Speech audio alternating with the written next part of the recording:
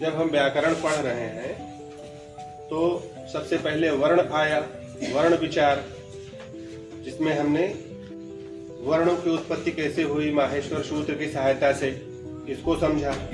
फिर उसके बाद आया शब्द विचार, शब्द विचार के बाद आएगा पद विचार।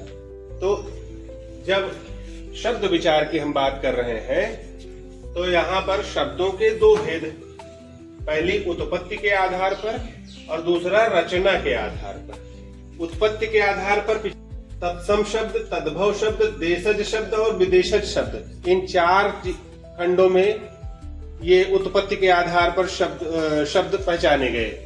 अब रचना के आधार पर इसको देखते हैं। रचना के आधार पर शब्दों के तीन भेद हैं। पहला भेद कहलाता है रूढ़ शब्द, दूसरा कहलाता है यौगिक शब्द और तीसरा योग रूढ़ शब्द। रूढ़ शब्द क्या होते हैं? रूढ़ वे शब्द हैं जो अपने आप में पूर्ण हो, पूरे हों और दूसरे शब्दों के योग से ना बने हों, दूसरे शब्द उसमें और नहीं जोड़ रहे हैं। शब्द क्या होंगे? जिसमें एक से ज्यादा वर्ण मिले हों वे शब्द होते हैं। जैसे हम केवल प बोलेंगे तो ये वर्ण है, लेकिन प व न बोल दिया पवन तो ये शब्द है। तो ये शब्द जो रूढ़ शब्द हैं ये अपने आप में पूरे होते हैं, इनमें और किसी शब्द की जरूरत नहीं होती। जैसे गाड़ी, सेना, छोटा, बल, पुस्तक, कुर्सी, मेज आदि, ऐसे जितने भी शब्द अपने आप में अलग अलग हैं ये सभी रूढ़ शब्द हैं। फिर अगला दूसरा जो है यौगिक शब्द। यौगिक देखो योग शब्द से बना हुआ है यौगिक, और योग का अर्थ होता है जोड़ना। जोड़ अर्थात जहां पर एक से ज्यादा शब्दों का जोड़ है वही शब्द जो है वो यौगिक है। यौगिक शब्द वे शब्द हैं जो किसी रूढ़ शब्द में अन्य शब्द या शब्दांश के लगाने से बनते हैं। रूढ़ शब्द मतलब ये वाले, ये जो उदाहरण स्वरूप दिए गए गाड़ी, सेना, छोटा बल, इस तरह के जो शब्द हैं इनमें कोई एक शब्द और जुड़ गया तो ये बन गया यौगिक शब्द। जैसे उदाहरण में समझते हैं पाठशाला। पाठ अपने आप में एक अलग शब्द है, शाला अलग शब्द है, ये दोनों मिल गए तो बन गया पाठशाला। पीतांबर, पीत धन अंबर।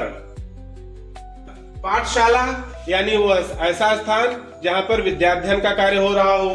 पीतांबर, पीत का अर्थ हुआ पीला और अंबर का अर्थ हुआ वस्त्र, जिसका वस्त्र पीला हो। फिर इसी तरह बैलगाड़ी, बैल और गाड़ी ये दो शब्दों से मिलकर के बना। घुड़सवार, धर्मशाला, पुस्तकालय आदि, इस तरह के सारे शब्द जिसमें दो रूढ़ शब्द, कम से कम दो रूढ़ शब्द मिले तो एक यौगिक शब्द बना। तीसरा जो है योग रूढ़ शब्द। अब यहां समझने वाली बात है, थोड़ा यहां ध्यान लगाना है। जो शब्द यौगिक होते हुए भी किसी एक ही अर्थ में रूढ़ हो जाते हैं, मतलब ये हैं तो ऐसे शब्द जिनमें एक से ज्यादा रूढ़ शब्द लगे हुए हैं, लेकिन इनका अर्थ किसी एक व्यक्ति के लिए या एक वस्तु के लिए या एक चीज के लिए प्रयोग होगा तो वे योग रूढ़ शब्द कहलाएंगे। जैसे उदाहरण के तौर पर समझते हैं जलज, जलज, जल धन ज, जल धन ज, जल का अर्थ हुआ पानी और ज मतलब जिससे उत्पन्न होता है, उत्पन्न होने वाला, यानी जल से उत्पन्न होने वाला। कमल तो जल में उत्पन्न नहीं होता, जल में ढेर सारे जीव हैं, ढेर सारे पौधे भी हो सकते हैं जो जलीय पौधे हैं, लेकिन जलज शब्द केवल कमल के लिए प्रयोग में आता है। इसकी रजिस्ट्री हो रखी है कमल के लिए, इस शब्द का पक्का पंजीकरण हो रखा है कि ये सिर्फ कमल के लिए प्रयोग में आएगा। इसी तरह पीतांबरधारी, पीला वस्त्र धारण करने वाला, अर्थात जिसके भी पीले वस्त्र हो, जैसे आज संयोग से मैंने भी धारण कर रखा है, तो सभी पीतांबरधारी तो नहीं कहलाए। क्यों? क्योंकि पीतांबरधारी भगवान कृष्ण के लिए शब्द इस्तेमाल हुआ। अब अगर पीतांबरधारी शब्द कहा जाए तो इसका एक सीधा सा अर्थ निकलेगा कि ये भगवान कृष्ण के लिए बात हो रही है। पीले हैं वस्त्र जिनके, भगवान कृष्ण।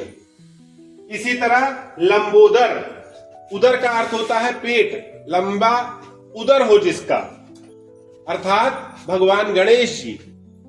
ऐसे बहुत सारे लोग हो सकते हैं, बहुत सारे लोग हो सकते हैं जिनका पेट लंबा हो, परंतु जब लंबोदर कहा जाता है तो इसका अर्थ केवल और केवल गणेश जी के लिए हुआ।